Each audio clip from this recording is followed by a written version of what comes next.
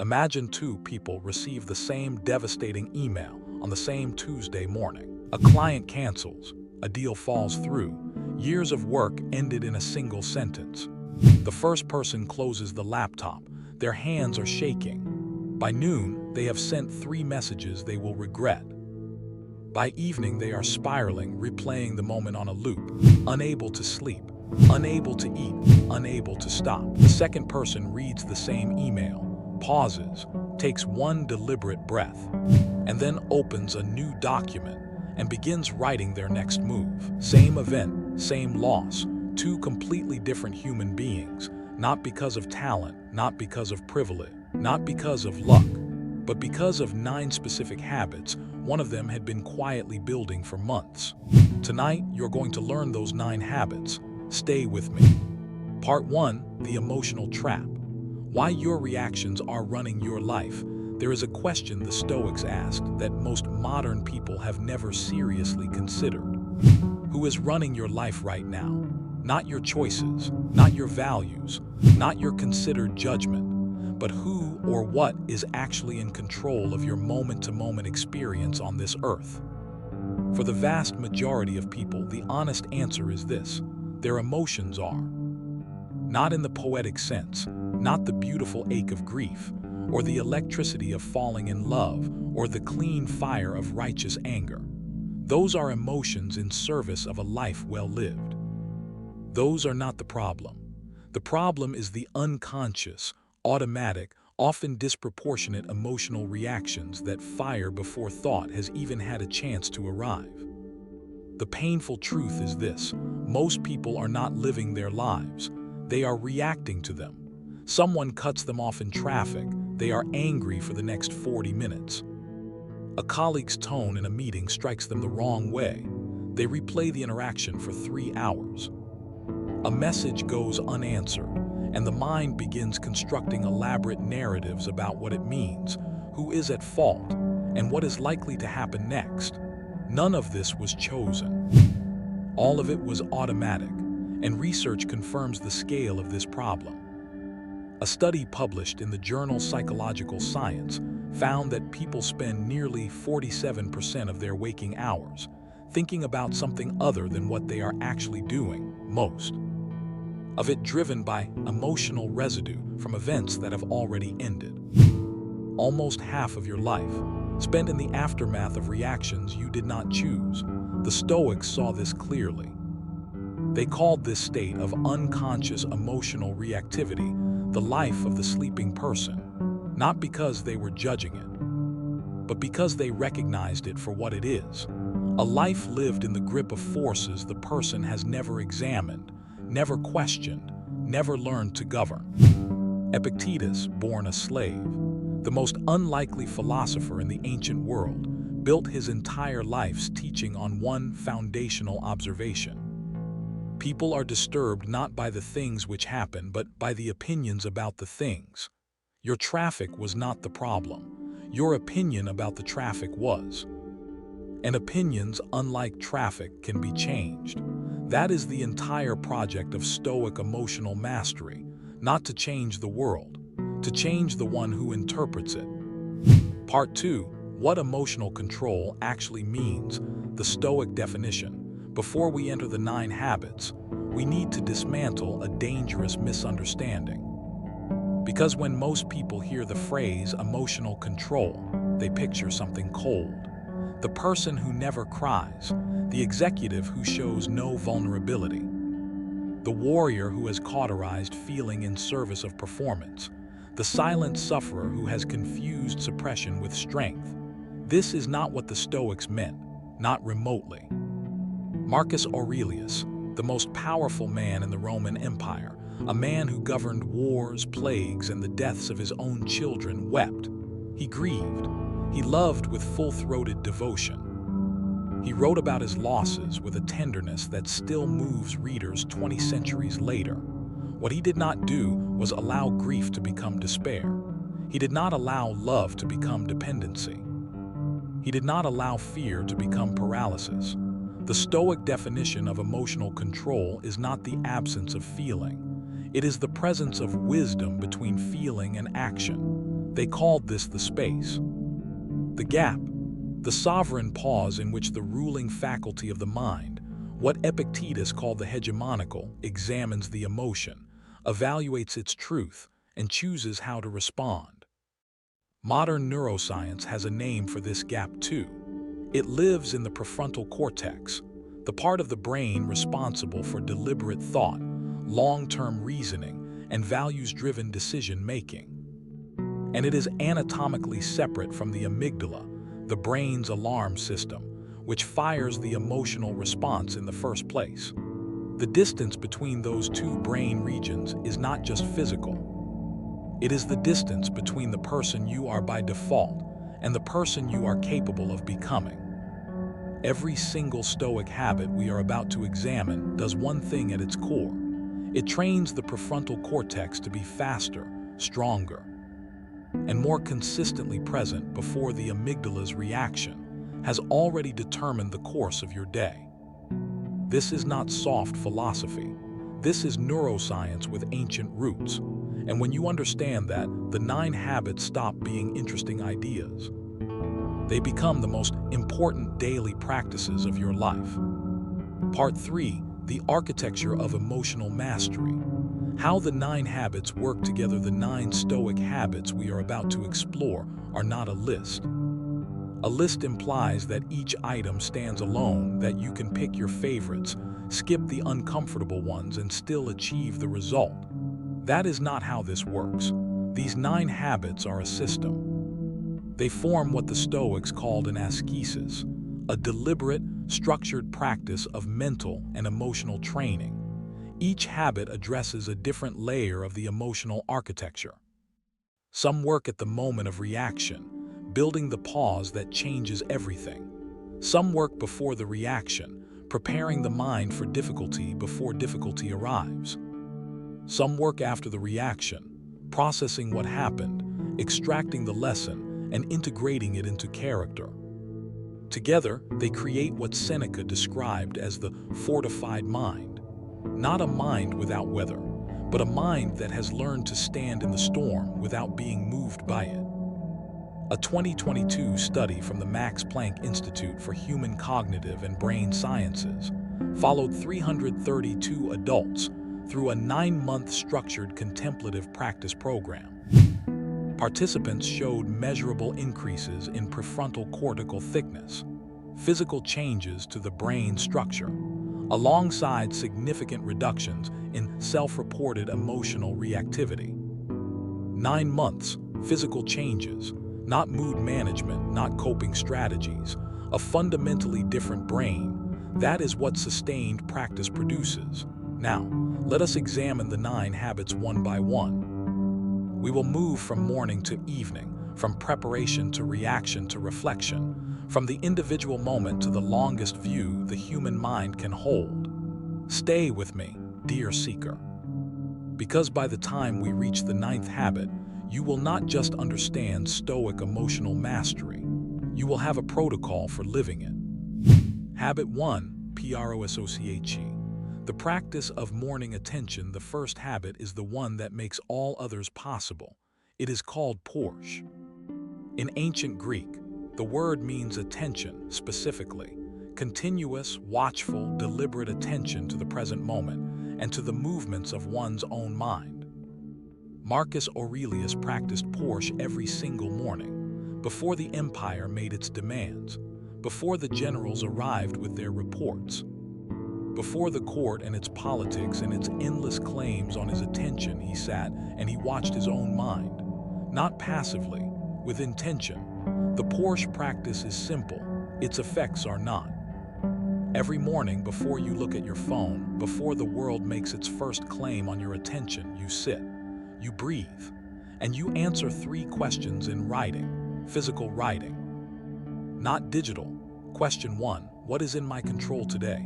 Question 2, what am I carrying that I cannot change? Question 3, who do I intend to be when something goes wrong today? That third question is the heart of the practice, because it is a pre-commitment, a neurological rehearsal.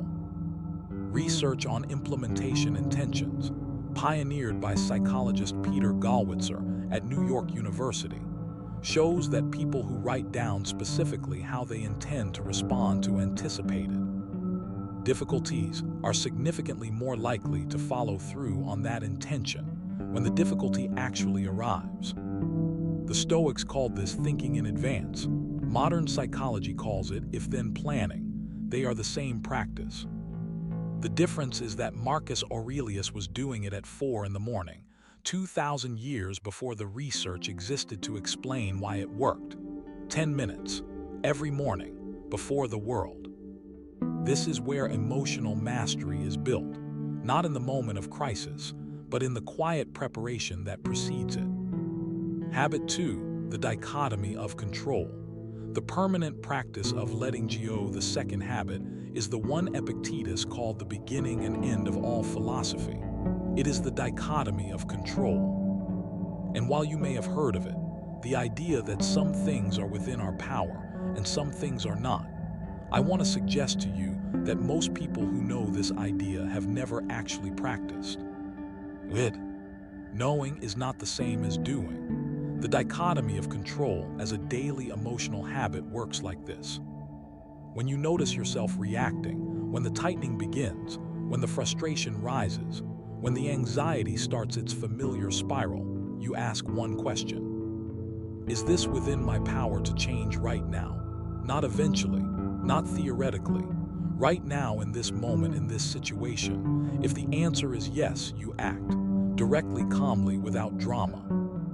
If the answer is no, and far more often than we admit, the answer is no, you practice the most difficult skill a human being can develop. You let it be, not because you are indifferent, because you are wise.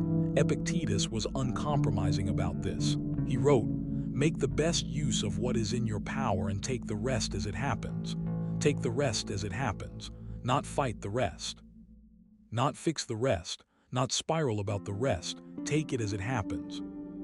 A 2019 study published in the Journal of Personality and Social Psychology found that individuals who regularly practice distinguishing between controllable and uncontrollable stressors showed 34% lower cortisol levels, the stress hormone, over a 6-month period than those who made no such distinction. The body responds to this practice, not just the mind. Practice this today.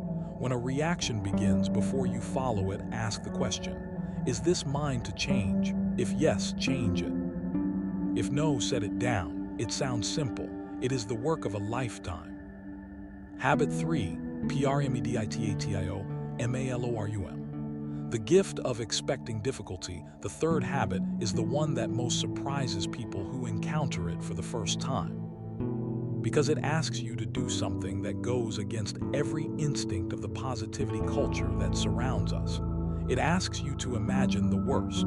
The Stoics called this premeditation malo rum, the premeditation of evils, the deliberate, regular practice of imagining what could go wrong before it does, not to create anxiety, to dissolve it. Here is the mechanism. When an event we have never mentally rehearsed occurs, when the call comes, when the meeting goes wrong, when the relationship fractures, the emotional brain treats it as a complete surprise. And the brain processes surprise as threat. The amygdala fires, the cortisol floods, the rational mind goes dark. But when you have already, quietly in the morning, in the safety of your journal, imagine this outcome and ask yourself how you would respond, something fundamentally changes. The event is no longer a surprise. It is something you have already survived. Seneca practiced this. He wrote, "Let us prepare our minds as if we had come to the very end of life. Let us postpone nothing, not morbidity, preparation." The practice is this. Once a week, spend 5 minutes writing about one thing that matters to you, your health, your relationship, your work, your peace, and ask, what is the worst realistic outcome here? How would I respond if that happened? What resources do I have? What would survive? You are not inviting disaster. You are inoculating yourself against the emotional devastation that disaster produces when it arrives unprepared. The Stoics knew what neuroscience would later confirm. The mind that has faced its fears in imagination is far less controlled by them in reality. Midroll plus habit 4, the evening review. The Stoic accounting habit 4 is the closing mirror of habit 1. If Porsche is the morning preparation, the intention before the day, the evening review is the honest accounting after it. Every evening, before sleep, 10 minutes. Marcus Aurelius called this practice his most sacred discipline. He returned to his journal not to celebrate his victories, but to examine his failures precisely, without self-pity, without excess, with the calm thoroughness of a craftsman reviewing their work. 3 questions, different from the morning, but equally essential. Question 1, where today did I act in alignment with who I intend to be? Question 2, where did I fall short and what specifically led me there?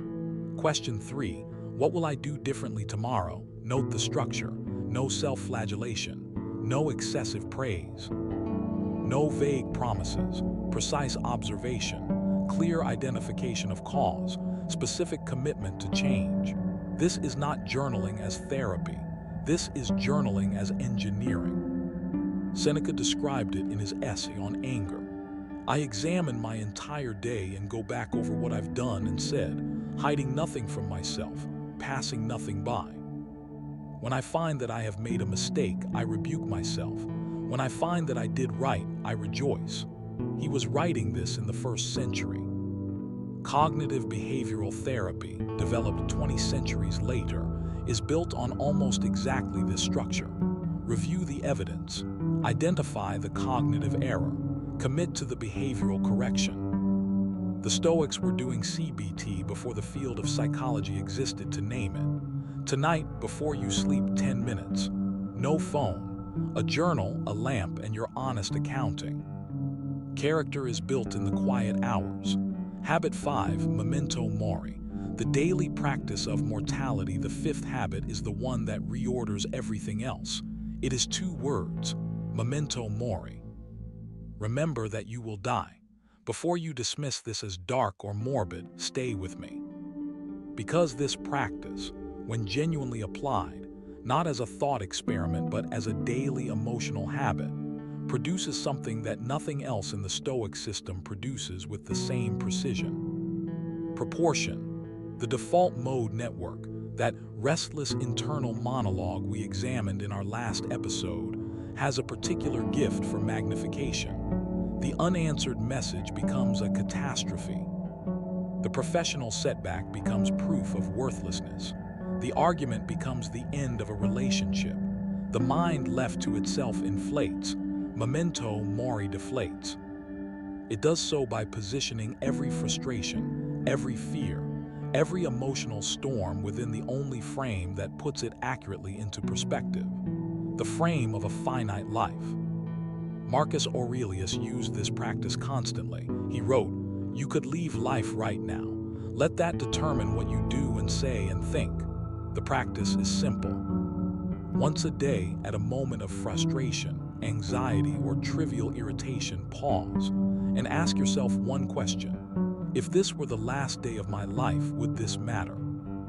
Most of the things that consume your emotional energy would not survive that question. A 2007 study from the University of Missouri found that individuals who regularly practiced mortality salience, the deliberate contemplation of death, showed increased engagement with personally meaningful activities and decreased reactivity to social and professional setbacks. The contemplation of death does not produce despair, it produces clarity. It reveals, with sudden precision, which emotions are worth feeling, and which ones are simply the noise of a mind that has forgotten how brief and therefore how precious this is. Once a day. 60 seconds, remember. Habit 6, AMORFATI. Loving what is the 6th habit is the one Friedrich Nietzsche borrowed from the Stoics and named amor fati, love of fate, not tolerance of what is, not resigned acceptance of what is. Love. This is perhaps the most demanding of the 9 habits, and it is also, when it becomes genuine, the most liberating. Because it asks something that feels neurologically almost impossible. To look at the difficulty in front of you, the diagnosis, the betrayal, the failure, the loss, and not merely accept it, but receive it as necessary, as yours, as the exact material from which your character is being forged. Marcus Aurelius wrote, "The impediment to action advances action. What stands in the way becomes the way." Ryan Holiday would later popularize this as "the obstacle is the way," but Marcus was not writing a book. He was reminding himself, every time the empire handed him something impossible, that resistance to what is wastes the energy that could be used to engage with it. The emotional habit of amor fati works like this. When something goes wrong, and something always does, before the story of victimhood begins, before the question, "Why me?" takes root, you ask a different question. What if this is not happening to me? What if this is happening for me? Not in a superficial, forced positivity sense, but in the sense that Alina, a 38-year-old entrepreneur from Chicago, described to researchers at Northwestern University after navigating a business failure that cost her everything she had built. "I stopped asking why this happened to me and started asking what I was supposed to build from it. And the answer changed my entire life." The event did not change. The narrative did. And narrative, as every Stoic and every modern neuroscientist will confirm, is everything. Habit 7. The view from above. Cosmic perspective as daily practice. The seventh habit is the one Marcus Aurelius returned to again and again in his private journals. He called it the view from above. Modern practitioners call it self-distancing, the deliberate expansion of perspective that pulls the individual out of the narrow tunnel of their immediate emotional experience and into a wider, cooler, more accurate understanding of reality. The practice in its ancient form is this: when the amygdala fires, when the argument escalates, when the fear surfaces, when the anger rises like water, you ascend. In your imagination, as far as you need to go, you see yourself from above, first the room, then the building, then the street, then the city, then the country, then the earth, a small blue sphere suspended in silence. And from that vantage point you ask, what size is this problem? Almost always the honest answer is, smaller than it felt. Psychologist Ethan Kross at the University of Michigan has conducted over 20 years of research on self-distancing and its effects on emotional regulation. He found that people who practiced perspective-taking, zooming out from their immediate emotional experience to see it from a wider frame, showed significantly reduced emotional reactivity, better problem-solving capacity, and lower cortisol response to stressors. His research teams called the effect wise reasoning. Marcus Aurelius called it seeing from the perspective of eternity.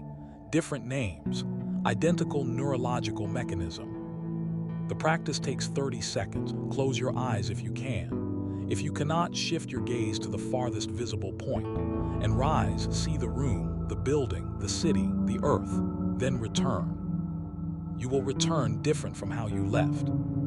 Habit 8. Voluntary discomfort. Training the emotional muscle, the eighth habit, is the one that separates the people who understand Stoic philosophy from the people who live it. The Stoics called it voluntary discomfort, the deliberate, regular practice of choosing difficulty, not because you have to, but because you know what comfort is doing to your emotional architecture. Seneca practiced it explicitly. He wrote, "Set aside a certain number of days during which you shall be content with the scantiest and cheapest fare, with coarse and rough dress, saying to yourself the while, 'Is this the condition that I feared?'" He was not romanticizing poverty. He was inoculating himself against the emotional devastation that the loss of comfort would otherwise produce. Here is the painful truth about comfort. Every convenience you never challenge quietly convinces your nervous system that it is a necessity. Every discomfort you consistently avoid gradually narrows the range of experience your emotional system can handle without reacting. The person who has only ever slept in perfect conditions, eaten on schedule, and worked in comfortable temperatures is not more peaceful than the person who has practiced discomfort. They are more fragile because the world does not offer comfort on a guaranteed schedule. The voluntary discomfort practice works like this. Once a week, choose one thing you normally reach for automatically. Your phone first thing in the morning, your preferred temperature, your comfort food, your entertainment, and do not reach for it. Not because it is bad, but because you are reminding your nervous system who is in charge. You, not your preferences, not your habits, not your comfort, you. Research from Stanford psychologist Kelly McGonigal confirms that people who regularly practice small acts of voluntary discomfort build what she calls willpower reserve, a measurably greater capacity to tolerate difficulty without emotional collapse. The Stoics would have simply called it training, because that is what it is. Habit 9, SYMPATHEI. The practice of radical connection, the ninth habit, is the one that the Stoics believed was the culmination of all the others. They called it sympathies. The recognition of our radical, inescapable connection to every other human being on earth. Marcus Aurelius wrote, "We were born to work together like feet, like hands, like eyelids, like the rows of upper and lower teeth." This is not a poetic sentiment. It is an emotional practice with profound implications. Because much of our emotional reactivity, the anger, the resentment, the impatience, the contempt, is rooted in a single misperception, that the person in front of us is fundamentally other, that their ignorance, their cruelty, their failure to meet our expectations is a personal assault. The Stoic practice of sympatheia interrupts this misperception at the root. When someone behaves badly, when the colleague dismisses you, when the stranger is cruel, when the person you love fails you, sympatheia asks you to hold one thought before you react. They are trying, not successfully, not wisely, perhaps not even consciously. But they are a human being, navigating the same impossible terrain of consciousness, running the same outdated programs, fighting the same invisible battles, and losing right now in front of you.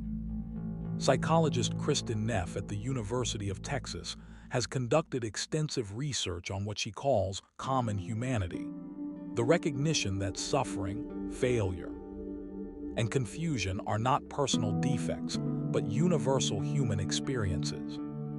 Her studies consistently show that people who cultivate this recognition demonstrate significantly lower levels of reactive anger, greater capacity for constructive conflict resolution, and more stable emotional baselines over time.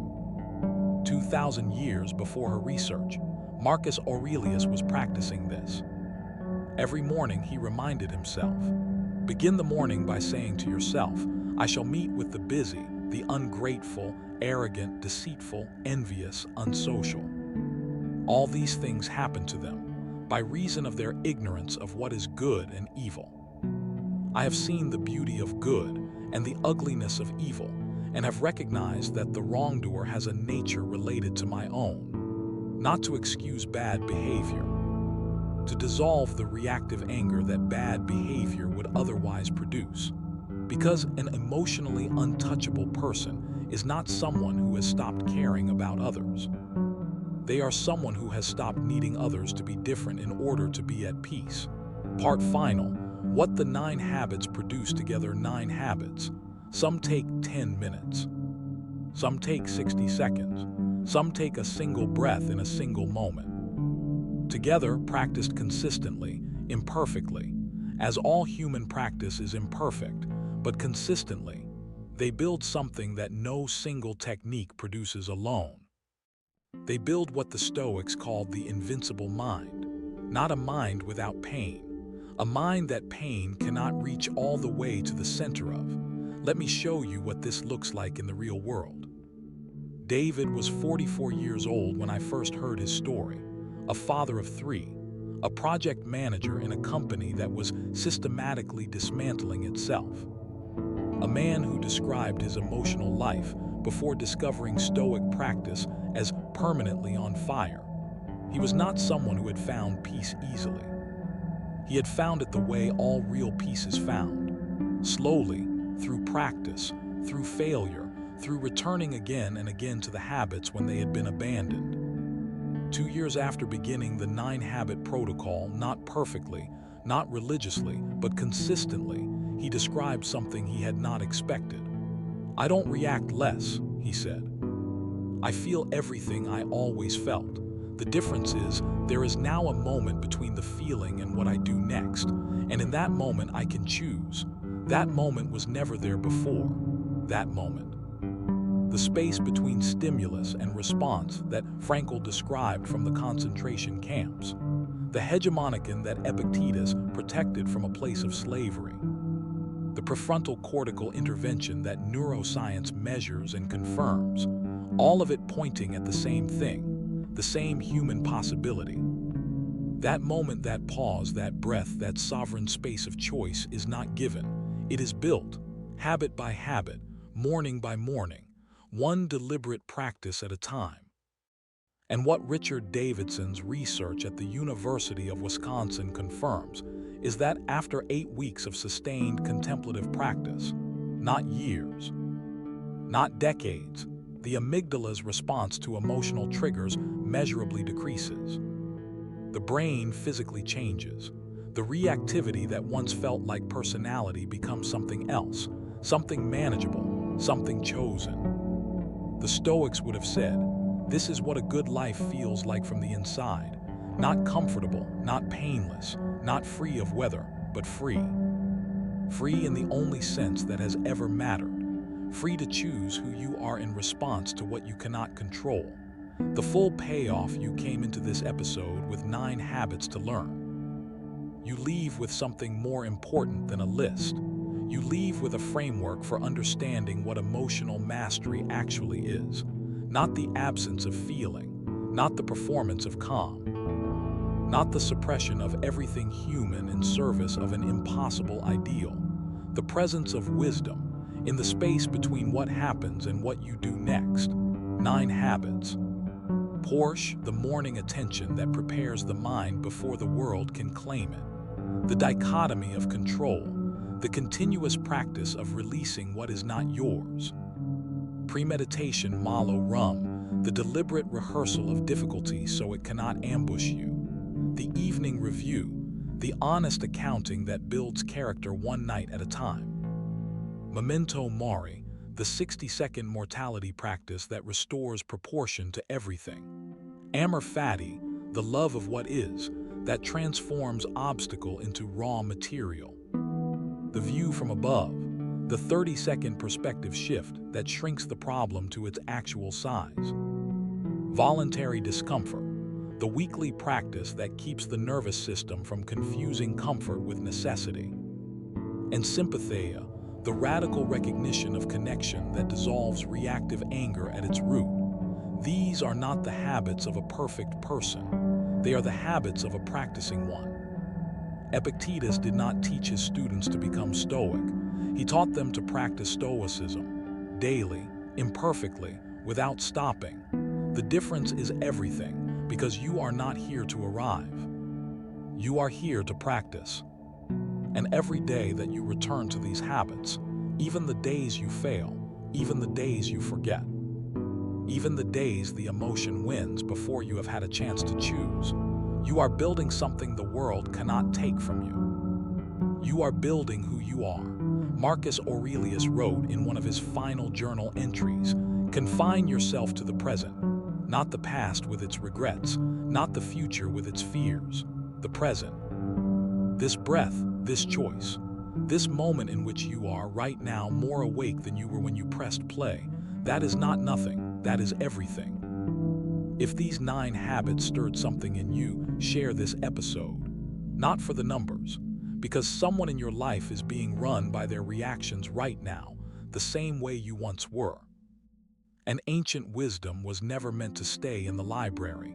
It was meant to live, in the pause before the reaction, in the question before the answer, in the person you are quietly, consistently, irreversibly becoming. This has been the Infinite Library. Drop in the comments right now, which of the 9 habits are you starting with? I read every single comment. Keep reading, keep thinking, and never stop asking what it means to be fully awake.